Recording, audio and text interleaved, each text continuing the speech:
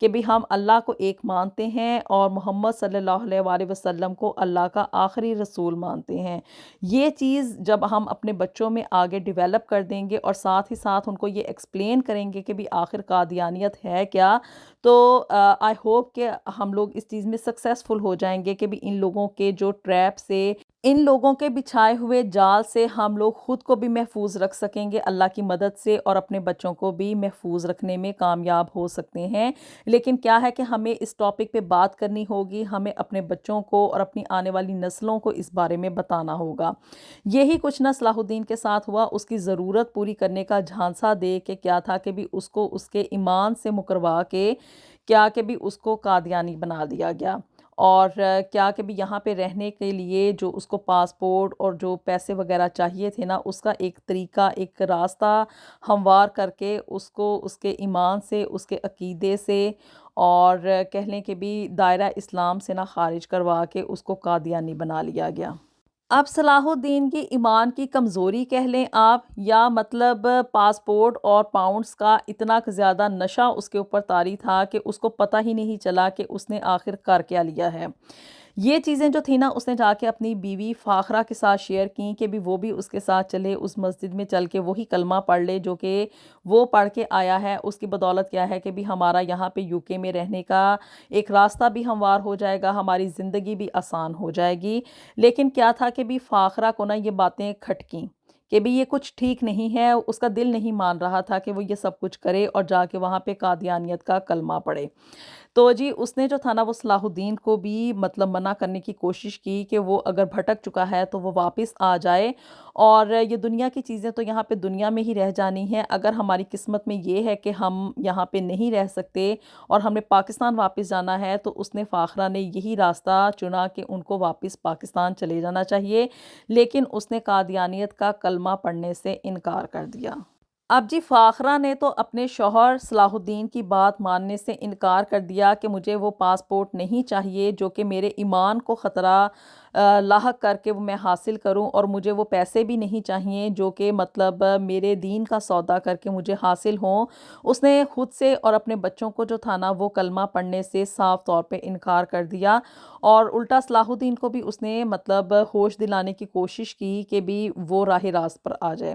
لیکن اب صلاح الدین کے اوپر آپ کہہ لیں کہ بھی شیطان طاری ہو چکا تھا، یا مطلب پاسپورٹ اور پاؤنڈز کا نشہ جو تھا وہ اتنا حاوی ہو گیا تھا کہ اس نے جو تھا نا فاخرہ کی بات ماننے سے انکار کر دیا۔ اس نے خود تو قادیانیت میں وہ داخل ہو چکا تھا اور اپنے لیے پاسپورٹ کا راستہ اس نے ہموار کر لیا تھا، لیکن اپنے بیوی اور بچوں کو وہ اس راستے پہ لانے میں ناکام رہا۔ خیر جی، اب صلاح الدین کے لیے تو ایک راستہ ہموار ہو چکا تھا، لیکن فاخرہ جو تھی وہ اب مزید اپنا ویزا ایکسٹینڈ نہیں کروا سکتی تھی۔ اس نے جو تھا نا وہ پاکستان واپس جانے کا فیصلہ کر لیا، اور اپنے شوہر سے اس وجہ سے اس نے طلاق مانگ لی کہ بھی اب تم مسلمان نہیں رہے ہو اور میرا اور تمہارا رشتہ اب جائز نہیں رہا ہے۔ مطلب وہ اس چیز میں ڈٹرمنٹ تھی کہ بھی یہ جو صلاح الدین ہے نا وہ اب مزید مسلمان نہیں رہا ہے۔ فاخرہ نے اپنے شوہر صلاح الدین سے طلاق کی ڈیمانڈ تو کر لی ہے، لیکن دوسری طرف کیا ہے کہ بھی صلاح الدین اس بات کے اوپر بضد ہے کہ میں مسلمان ہوں، کیونکہ کہنے کو یہ لوگ یہی کہتے ہیں کہ بھی ہم مسلمان ہیں، لیکن ان کا عقیدہ ہم مسلمانوں سے بالکل مختلف ہے۔ اب جی فاخرہ جو ہے نا وہ اس مشکل میں اور اس پرابلم میں پھنسی ہوئی ہے، اور اسے مطلب اس طرح کی کوئی وے آؤٹ چاہیے کہ وہ اپنے شوہر سے بھی نجات حاصل کر لے اور یہاں سے واپس چلی جائے، کیونکہ وہ اس چیز کو ایک گناہ سمجھ رہی ہے۔ اب وہ جو اس رشتے میں منسلک ہے نا وہ سمجھتی ہے کہ میرے اوپر یہ ہر لمحہ جو ہے نا وہ بھاری ہے۔ آپ لوگوں کی اس بارے میں کیا رائے ہے؟ آپ لوگ اپنی رائے سے ضرور آگاہ کریں تاکہ یہ بات فاخرہ تک پہنچ سکے کہ بھی اس کو آخر اب زندگی میں کیا کرنا چاہیے اور وہ کس طرح سے جو ہے نا وہ صلاح الدین سے نجات حاصل کر سکتی ہے۔ آپ لوگوں کی رائے کا فاخرہ کو بھی انتظار رہے گا، اور ہم بھی اس بارے میں جاننا چاہیں گے کہ بھی آخر یہ جو فتنہ ہے اس کے اوپر کس طرح سے قابو پایا جا سکتا ہے، اور اپنی آنے والی نوجوان نسل کو، اپنے بچوں کو ان کنٹریز میں رہتے ہوئے ہم کس طرح سے یہ اویئرنیس دے سکتے ہیں۔ ویڈیو پسند آئی ہو تو اس کو لازمی لائک اینڈ شیئر بھی کرنا ہے، اور اپنی رائے سے بھی آپ لوگوں نے ہمیں ضرور آگاہ کرنا ہے۔ اللہ تعالیٰ سے دعا ہے کہ ہم لوگ دنیا کے کسی بھی کونے میں رہیں، ہمیں جو ہے وہ کامل ایمان والا بنائے، ہمارا خاتمہ جو ہے وہ ایمان پہ کرے، اور ہمارے آنے والی تمام آل اولاد کو بھی جو ہے وہ ایمان پہ ہی قائم رکھنے کی توفیق عطا فرمائے۔ اپنی دعاؤں میں ہمیں یاد رکھیے گا۔ ملیں گے آپ سے نیکسٹ ویڈیو میں with something new and something very interesting. Until then, اللہ حافظ۔